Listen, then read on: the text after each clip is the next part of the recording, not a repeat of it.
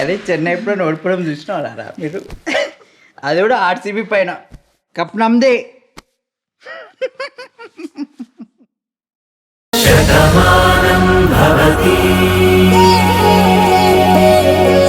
నీ నిర్ణయం భానుకు చెప్పావా? లేదండి. సరే, నాతో చెప్పు. నీ నిర్ణయం ఏంటి? భాను అడిగినట్టు నువ్వు శివాని క్షమిస్తావా?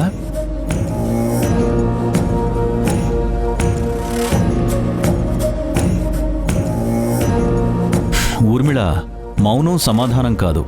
అంటే జరిగిన గతాన్ని మర్చిపోమని చెప్తుందా? ఏవీ పట్టనట్టు వదిలేయమంటుందా? అరే, ఎప్పుడో లేంది భాను ఎందుకు ఈ రోజు ఇలా అడిగిందో ఎంత ఆలోచించినా సరే నాకు అర్థం కావడం లేదు. అరే, తన తన మనసులో ఏదో ఉందండి. అందుకే తన మాటలు ఇలా వచ్చాయి. ఎంతైనా తన రక్తం పంచుకు పుట్టిన అన్నయ్య కదా, ఎందుకో ఆలోచన వచ్చుంటుంది. ఇప్పుడు నువ్వు భాను విషయంలో గొప్పగా ఆలోచిస్తున్నావు కాబట్టి నిన్ను అడిగుంటుంది. నిజమేనండి, నేను భానుని తప్పు పట్టను. ఎందుకంటే తన మంచితనం ఏంటనేది తనే ప్రూవ్ చేసుకుంది. కొండంత సహనంతో నాలో ఉన్న కోపాన్ని చంపేసింది. ఇప్పుడు తను మన ఇంటి కోడలు, ఈ ఇంటి మనిషి. అందుకే నాకు భాను అంటే అంత అభిమానం.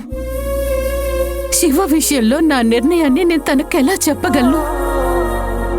జరిగిన ఘోరాన్ని ఎలా మర్చిపోగలను? అది ఎప్పుడో జరిగిపోయింది ఊర్మిళ. అది ఒక యాక్సిడెంట్ అనుకో. ఎప్పటికీ దాన్ని తలుచుకోవడంలో అర్థం ఉందంటావా? ఎప్పుడో జరిగిపోయినా దూరం అయిపోయింది నా కొడుకండి. నాకు మిగిలిన గర్భశోకమండి.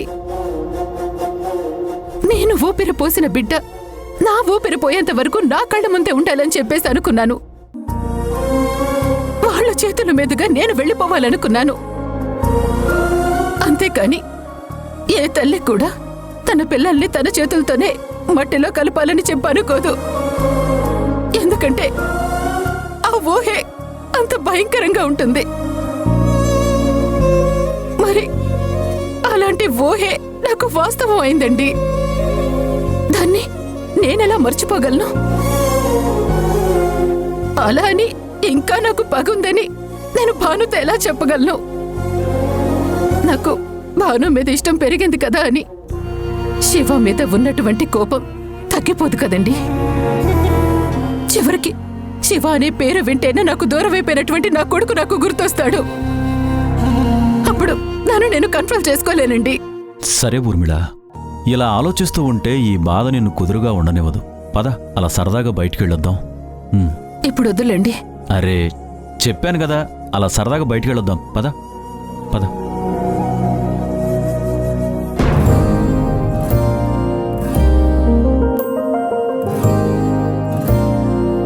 బాను, నీకు మంచి గుడ్ న్యూస్. మనం ఒక 10 days అలా హాలిడేకి వెళ్ళొద్దాం. ఏంటండి ఇప్పుడు ట్రిప్పుకా? ఎందుకు?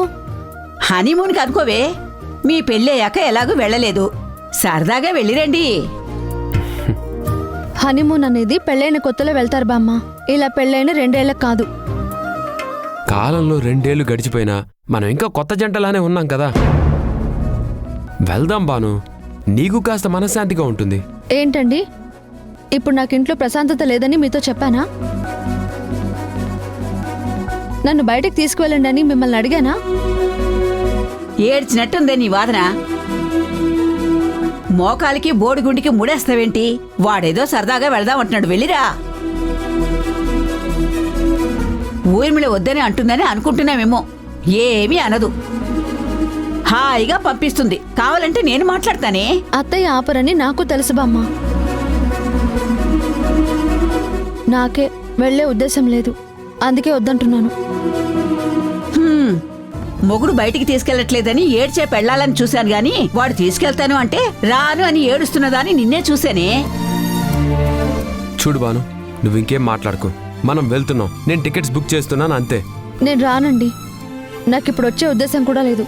దయచేసి నన్ను బాధ పెట్టొద్దు, మీరు బాధపడకండి. ఒరే, ఆడది ఆవకాయ ఒక్కలాంటివే. ఎప్పుడు ఎలా మారతారో మనకు అర్థం కాదు. నేను దాంతో మాట్లాడతానులే.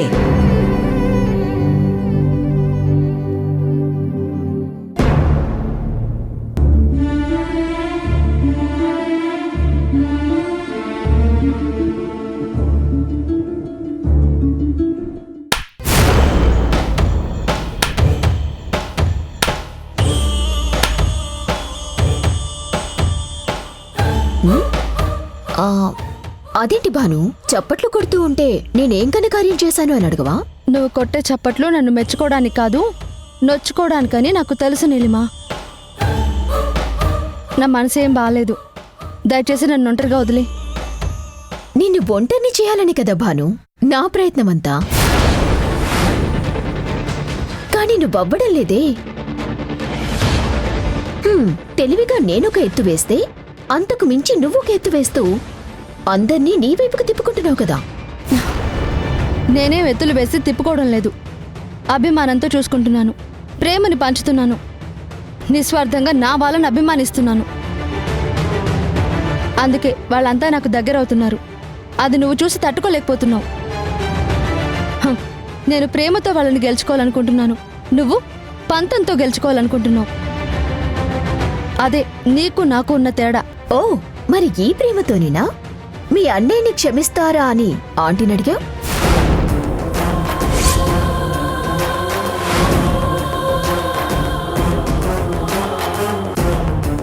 ఆవిడ క్షమిస్తాను అని చెప్పి ఉంటే ఈ శివ ఎవరూ కాదు, ఇప్పుడు ఈ ఇంటి అల్లుడైన పార్థునే అని ఆంటీ ముందు నిలబెట్టేదానివి కదా. అలా నీ తప్పుని తెలివిగా తప్పించుకునేదానివి కదా. తర్వాత నన్ను మెడ పట్టుకొని బయటికి గెంటించేసేదానివి కదా. ఏంటి భాను అలా చూస్తున్నావేంటి? సమాధానం రావటం లేదా? లేక ఇదంతా నాకెలా తెలిసిందనుకుంటున్నావా? నేను మాట్లాడిందంతా చాటుగా విన్నావు కదా. మీరిద్దరూ మాట్లాడుకోవటం అప్పుడే విన్నాను. నేను లోపలికొచ్చేసరికి ఆంటీ మాట మార్చేశారు, నువ్వు తడబడ్డావు. అప్పుడే అనుమానం వచ్చింది, ఏదో జరుగుతోందని. అదేంటో తెలుసుకోవాలి అనుకున్నాను. అందుకే నేనొక చిన్న ప్లాన్ వేశాను.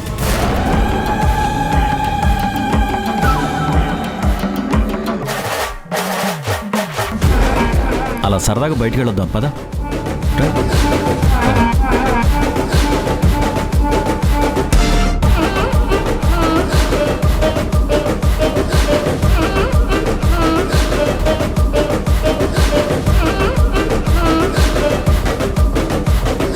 తర్వాత ఆడియో అంతా నేను విన్నాను. నీకు వినిపిద్దామనే ఇలా వచ్చాను. నువ్వు ఎంతో ప్రేమగా అడిగినా ఆంటీ కనికరించలేదు. మీ అన్నయ్య మీద కరుణ చూపించలేదు. శివని క్షమించను లేదు. విను. నీ నిర్ణయం ఏంటి? భాను అడిగినట్టు నువ్వు శివాని క్షమిస్తావా?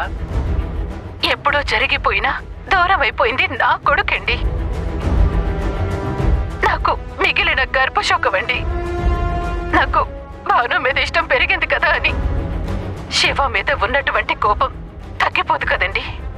చివరికి శివ అనే పేరు వింటేనే నాకు దూరం అయిపోయినటువంటి నా కొడుకు నాకు గుర్తొస్తాడు. విన్నావు కదా ఆంటీ మాటలు? ఇది నేను కల్పించలేదు, కావాలని ఆంటీతోనూ చెప్పించలేదు. ఇదంతా ఆవిడ మనసులో ఉన్న బాధ, బయటికి కనిపించనివ్వకుండా దాచుకున్న బాధ.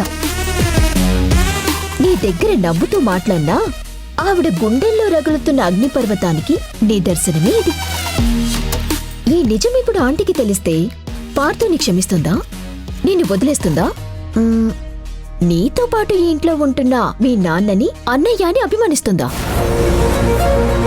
ఈ ప్రపంచంలో ఏ తల్లికైనా తన పిల్లల తర్వాతే ఎవరైనా. అలాంటి ఆంటీ పెద్ద కొడుకుని పొట్టున పెట్టుకున్నవాడు మీ అన్నయ్య. అలాంటి వాణ్ణి ఆంటీ ఎప్పటికీ క్షమించదని ఆవిడ మాటల్లోనే అర్థమైంది కదా నీకు. ఈ నిజం బయటికొస్తే ఈ ఇంట్లో రగిలేది రావణ కాష్టమే అని నీకు తెలిసింది కదా. చెప్పేమంటావా? ఇదంతా నువ్వాడుతున్న నాటకమేని? నీలిమా ప్లీజ్, నువ్వు చెప్పినట్టుగా నేను ఇంట్లోంచి వెళ్లకుండా ఆపాను కదా. దయచేసి ఈ నిజాన్ని అత్తయ్యకి చెప్పుకు. నువ్వేం చెప్పినా నేను చేస్తాను. ఇది నేను దొంగచాటుగా రికార్డ్ చేసిన వీడియో రెండూ నా దగ్గరే ఉంటాయి. నువ్వు కానీ మీ అన్నయ్య కానీ తెలివితేటలు చూపిస్తే అప్పుడు వీటిని వాడతా. ఇంకా ఆలోచించుకో. ఏం ఆలోచించుకుంటావో ఆలోచించుకో.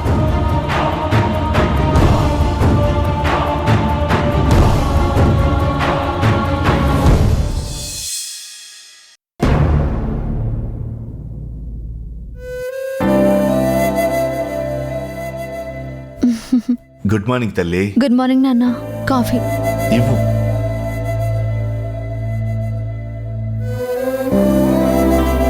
టాబ్లెట్స్ వేసుకున్నారా నాన్న? ఇంకా ఎందుకమ్మా టాబ్లెట్స్? ఇప్పుడు మీ నాన్న ఆరోగ్యం పూర్తిగా బాగైపోయింది. ఇంతకు ముందంటే మనోవ్యాధికి మందేసుకునేవాడు. అవి పనిచేసేవి కాదు. ఇప్పుడు నా మనస్సంతా ఆనందంతో నిండిపోయింది. అందుకే ఇక ఏ మందులు అవసరం లేదు. మీరు ఎప్పుడు ఇలా ఆనందంగా ఉండాలి అని నా కోరిక. మీరు బాధపడితే నేను తట్టుకోలేను. అందులోనూ మీరెంతో అభిమానించే అత్తయ్య మిమ్మల్ని బాధ పెడితే అస్సలు భరించలేను. ఈ ఇంట్లో అగ్నిపర్వతం ఎప్పుడు పేలుతుందో తెలియదు. అప్పుడు నాకన్నా ముందు మీరు దోషవుతారు. అందరి ముందు అత్తయ్య మిమ్మల్ని నిలదీస్తే నేను తట్టుకోలేను.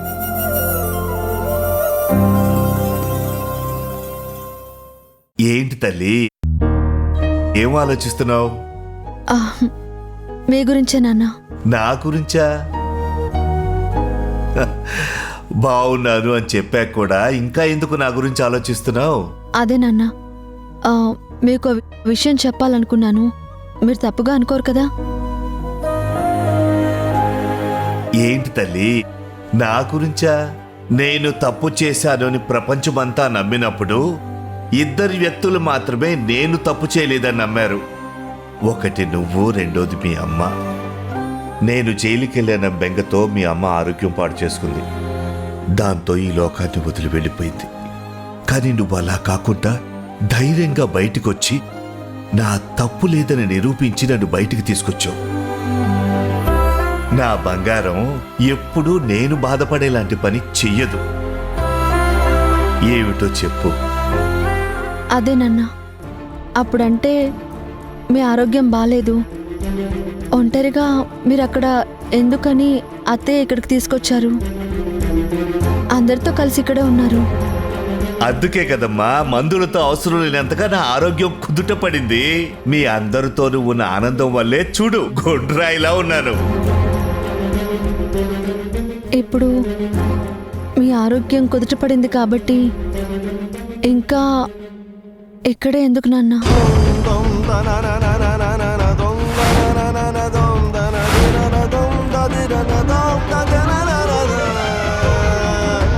తల్లి, మీరు రాము మన ఇంటికి వెళ్ళొచ్చు కదా? ఏంటి తల్లి, ఏమన్నా జరిగిందా? ఎవరైనా ఏమన్నా అన్నారా? ఎవరు మిమ్మల్ని ఏమీ అనకూడదని నాన్న మిమ్మల్ని వెళ్ళిపోమన్నాను. ఇప్పుడు మీరు వెళ్తే గౌరవంగా ఉంటుంది. నిజం తెలిసి గెంటేస్తే అంతకన్నా అవమానం ఇంకేం ఉండదు. అలాంటి పరిస్థితి నేను బతికి ఉండగా మీకు రాకూడదు. అందుకే మనసుని చంపుకుని మాట చెప్తున్నాను. అమ్మా, ఏంట్రా నీలో నువ్వే మదన పడుతున్నట్టున్నావు? ఏంటో చెప్పలేక మదన పడుతున్నట్టు కనబడుతున్నావు. చెప్పు నాన్నా. అమ్మ మీరెప్పుడు చెప్తూ ఉండేవారు కదా నాన్న, ఆడపిల్ల ఇంటికి చుట్టపు చూపుగానే వెళ్ళాలి కానీ అక్కడే ఉండకూడదు అని. అదా నీ బాధ? చూడమ్మా, ఇది నీ అత్తవారిల్లే కాదమ్మా, నా చెల్లెలిల్లు, నా స్నేహితుడిల్లు. కాదనన్న, ఎంత ఇష్టమైనా మనం హద్దుల్లో ఉండడమే బాగుంటుంది కదా. అత్తయ్య మిమ్మల్ని అన్నగా చూసుకున్నా ఇది మా అత్తగారిల్లు కదా, అది మీరు మర్చిపోకూడదు కదా. వీళ్ళు మిమ్మల్ని ఏమీ అనకపోయినా బయట వాళ్ళు ఏదో ఒకటి అనుకుంటారు కదా నాన్న, ఆ అవకాశం కూడా మనం ఇవ్వకూడదు అని. ఏం మాట్లాడుతున్నావు బాను? మావయ్యని తీసుకొచ్చింది అమ్మ, నువ్వు నేను కాదు. ఆయన వెళ్ళిపోమనే హక్కు నీకు లేదు. తనదేమీ అనకు బాబు, తనేం చేసినా ఓ అర్థం ఉంటుంది. తను అలా ఎందుకందో నేను అర్థం చేసుకోగలను. అది కాదు మావయ్య, బాను ఎందుకు ఇలా ప్రవర్తిస్తుందో ఎవరికీ అర్థం కావట్లేదు. మీరు మా అందరితోనూ ఉండాలని అమ్మ మిమ్మల్ని ఇక్కడికి తీసుకొచ్చింది. మీ కూతురు తన అత్తవారింటికి కాదు కదా, తన అన్నయ్యని తన ఇంటికి తీసుకొచ్చింది. ఇన్ని రోజులు అమ్మ ఎప్పుడైనా ఇబ్బందిగా ఉన్నట్టు ప్రవర్తించిందా? అయ్యో, అత్తయ్య గురించి అలా మాట్లాడితే కళ్ళు పోతాయండి. మరి ఇంట్లో ఎవరు ఏమన్నప్పుడు మావయ్యని వెళ్ళిపోమని చెప్పడంలో అర్థమేంటి బాను? సమాధానం నేను చెప్తాను బాబు. భాను ఇలా ఎందుకు మాట్లాడిందో తను చెప్పలేకపోయినా ఖచ్చితంగా దాని వెనకాల అర్థం ఉంటుంది. నా కూతురు మాట నేను పాటిస్తాను. అనవసరంగా తననేమి అనకండి. అమ్మ భాను, సాయంత్రం చెల్లెమ్మకి మనుకి చెప్పి బయలుదేరతాను, సరేనా? ఇప్పుడు ఆఫీస్కి టైం అవుతుంది, బయలుదేరాలి. వస్తా బాబు.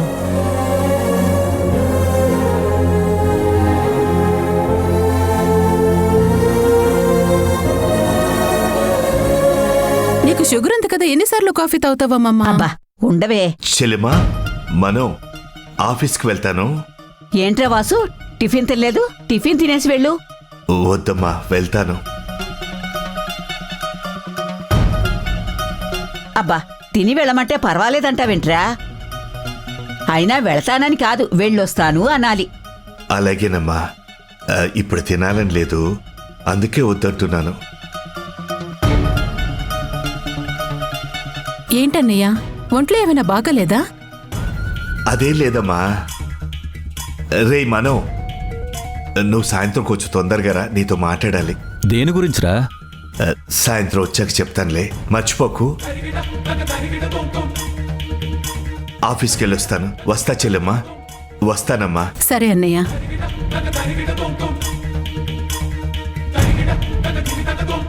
ఏంటండి అన్నయ్య ఏంటి అలా ఉన్నారు? ఏమీ లేదులే ఊర్మిళ, ఆఫీసులో ఏదో పని ఉండుంటుంది, అందుకే అలా ఉన్నాడు.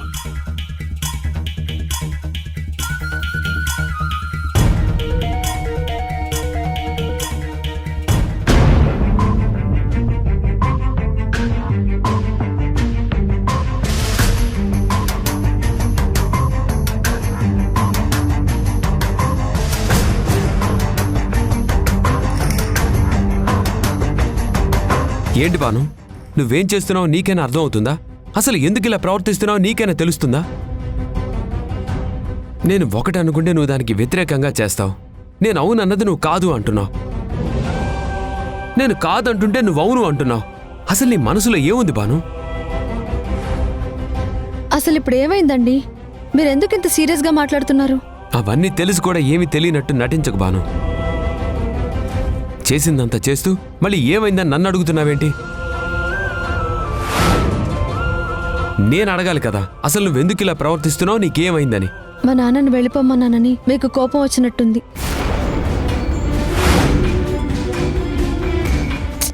ఎంత అయిన వాళ్ళైనా ఆడపిల్ల ఇంట్లో తల్లిదండ్రులు ఎక్కువ రోజులు ఉండకూడదండి. అది పద్ధతి కూడా కాదు. అందుకే వెళ్ళిపోమ్మన్నాను, కానీ ఇంకో ఉద్దేశం లేదు. దీన్ని మీరు ఎందుకు ఇంత సీరియస్గా తీసుకుంటున్నారో నాకు అర్థం కావట్లేదు. నువ్వు చేసిన తప్పుని తెలివిగా సమర్థించుకోవాలని చూడక బాను. ఇన్ని రోజులు గుర్తురాని సాంప్రదాయాలు ఈ రోజే నీకు గుర్తొచ్చాయా? అమ్మ నిన్ను అత్తగా చూస్తుందా?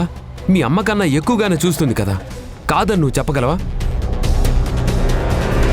మరి అలాంటప్పుడు ఇది అత్తవారిళ్ళని, మీ నాన్న ఇక్కడ ఉండకూడదని నువ్వెలా మాట్లాడతావు? మా ఎవ్వరికీ లేని అభ్యంతరం నీకెందుకు వస్తుంది బాను?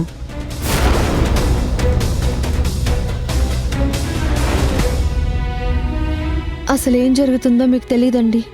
నీలిమ ఎప్పుడు ఎలాంటి నిర్ణయం తీసుకుంటుందో నాకు తెలియడం లేదు. అత్తయ్య అన్నయ్యని క్షమించలేను అన్నారు. ఆ నిజం బయట పెడితే ఎలాంటి గొడవలు జరుగుతాయో, అప్పుడు నాన్నకి అవమానం జరిగితే నేను భరించలేను. ఈ నిజాన్ని మీతో పంచుకోలేకపోతున్నానండి. అడుగుతుంటే సమాధానం చెప్పవేంటి బాను? ఏంటండి, ఏం చెప్పమంటారు? నేనేదో మామూలుగా తీసుకున్న నిర్ణయాన్ని మీరెందుకు ఇంత సీరియస్గా తీసుకుంటున్నారు? అసలు నేనేం చెప్పను. ఇప్పుడు నేనేం చెప్పినా మీరు వినే పరిస్థితుల్లో లేరు. నేను ఏది కావాలని చేయడం లేదు, అది మీరు దయచేసి అర్థం చేసుకుంటే చాలు. నువ్వేది కావాలని చేయటం లేదా? నీలిమని ఇంట్లో నుంచి వెళ్ళిపోమని చెప్పాను. మనిద్దరి మధ్య దూరానికి కారణం తనే కాబట్టి తనని పంపించాలని నిర్ణయించుకున్నాను. నీలిమ వెళ్ళిపోతున్నప్పుడు అమ్మతో సహా అందరూ మౌనంగానే ఉన్నారు. కానీ నువ్వే నీలిమకి లేనిపోనివన్నీ గుర్తు చేసి అమ్మని మాట్లాడమని చెప్పావు. మళ్ళీ తన ఇంట్లో ఉండేలాగా నువ్వే చేశావు. తన వల్ల ఇబ్బంది ఉందని మీ అన్నయ్యతో చెప్తున్నావు. ఆ ఇబ్బందిని తీసేద్దాం అనుకుంటే నువ్వే మళ్ళీ ఆపుతున్నావు. ఇదంతా నువ్వు కావాలని చేస్తున్నది కదా? మన మధ్య ఎడబాటు ఉండకూడదు, దగ్గర అవ్వాలనే కదా బయటికి వెళ్దాం అన్నాను.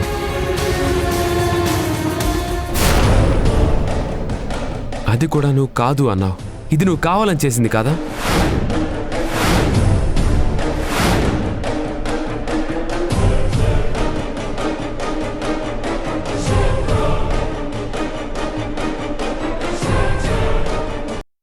ఏం జరిగినా మన ఇద్దరం సంతోషంగా ఉన్నామని అమ్మ ఊహించుకుంటుంది.